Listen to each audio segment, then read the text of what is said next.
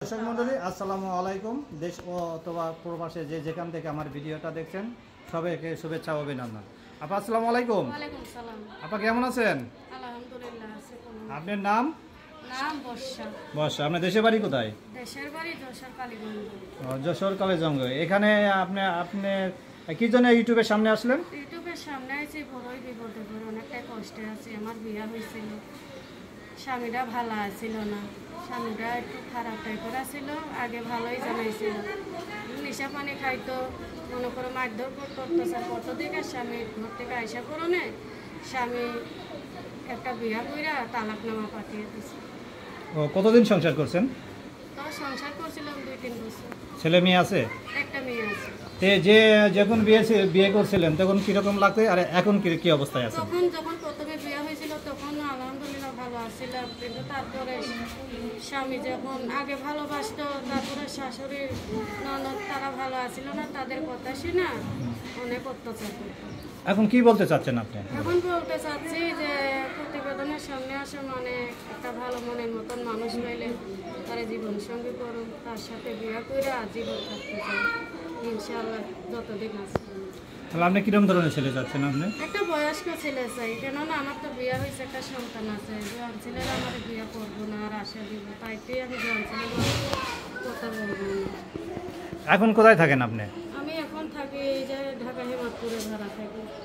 মিরপুর কি কাজ করেন তাহলে আপনি? মিরপুরে মানুষের বাসায় কাজ করি। মানুষের বাসায় আপনি এখানে কার কাছে থাকেন? এখানে আমার মা বাবা আমার বাচ্চারা নিয়ে ভাড়া থেকে মনে করো মানুষের বাসা যে যখন কাজ পাই সেখন সে কাম করে চলি আর কি। অনেকটাই কষ্টে আছি। বাবা ছিলাম কামাই জানে না, আগে করতে এখন আর পারে না। বিয়েটা কে দিয়েছিল? বিয়েটা বাবা মাই পছন্দ করে দিয়েছিল, তার জন্য এখন আমি ভালোবেসে আমার দেশে একজনকে বিয়ে করতে চাই। আমার মন মতন যাতে করবো তাকে বিয়ে করবো। আপনারা কি বা গার্জেন কি জানতো না যে যে যে আপনার ছেলেটা খারাপ? বাবা মারে খুব ভালো জানাইছে, এর জন্য বাবা মা নেই আমার অত্যাচার করছে, এটা তো বাবা মাকে বলি নাই।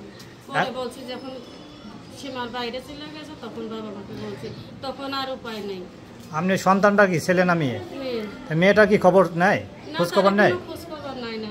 উনি কোনোভাবেই খবর নেয় না? না, তারা বিয়ে করছে তো, বিয়ে করে সে নিয়ে সুখে আছে, এর জন্য খবর নেয় না। উনি বিয়ে করছে আপনি জানলেন কেমন করে? যে বিয়ে করে আমার তালাকনামা পাঠাই দিছে, তারপর অনেক কিছু করতে বলছে যে তোকে রাখবো না। হ্যাঁ। শুনতো নাই, আমি বিয়ে করছি তোর মনে তুই করে ভাগা দিই। আপনারা কিছু এই দেশে কি আইন নাই? আপনারা বললেন না যে আমার সাল্লা কেন তুমি? এখন কি করবো? তো আমি বলছি থাক, আপনি বিয়ে করছেন, বিয়ে করে বউ নিয়ে থাকেন, আমি কষ্টের মানুষ, কষ্ট করে থাকে আমার সন্তান আমার সাথে। এটা বলছে ঠিক আছে। না, আপনি সন্তানরা তো তাই দেখবে। সন্তানের লেগে বলছিল, তারপরে আমি নিজেই সন্তানকে দিতে চাইনি। সন্তানের খরচ আছে না? আপনি তো মানুষের বাড়িতে কাজ করেন। আমি তো মা, আমি তো সন্তান ফেলাইতে পারি না, বাবাই ফেলাইতে পারে। সন্তানটারে আমি কাছেই রাখি। বাচ্চাটারে যত কষ্ট হোক মানুষের মতন মানুষ কইরা আমার মতন বানাবো না, যেন একটা মানুষের মতন মানুষ করতে পারি।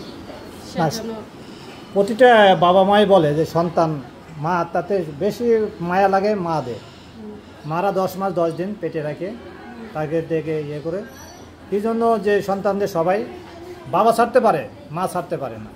তাহলে আপনি দর্শকের উদ্দেশ্যে কিছু বলেন। এখন দর্শক ভাইদের বলবো, যারা মনে করেন একটু ভালো, আমার বাচ্চারা একটু মানুষের মতন মানুষ করতে পারবো, যে মানুষটার ভালো লাগবে, আমার কথা শুনে একটু লাগবো, সে আমার পাশে থাকলে, আমার একটু হেল্প সহযোগিতা করলে, সে সারা জীবনের জন্য আমার পাশে থাকতে চাইলে আমি তার পাশে থাকবো।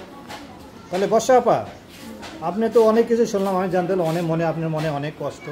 এই জন্য আপনার অল্প বয়সী স্বামীটা চলে গেছে। স্বামী মানে মানুষের ছাতা, যেখানে স্বামী নাই তার জীবনে কেউ নাই। যার বরগাছ মাথার উপরে থাকে না তার কোনো সময় শান্তি থাকে না, কেননা বাবা মার পর হয়েছে স্বামী, একমাত্র স্বামী ছাড়া পৃথিবীতে কেউ থাকে না, সে স্বামী আমার না।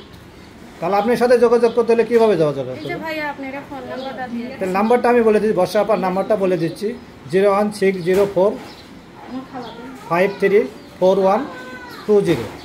নাম্বারটা আবার বলে দিচ্ছি, 01604534120। তাহলে বর্ষা আপা ভালো থাকেন।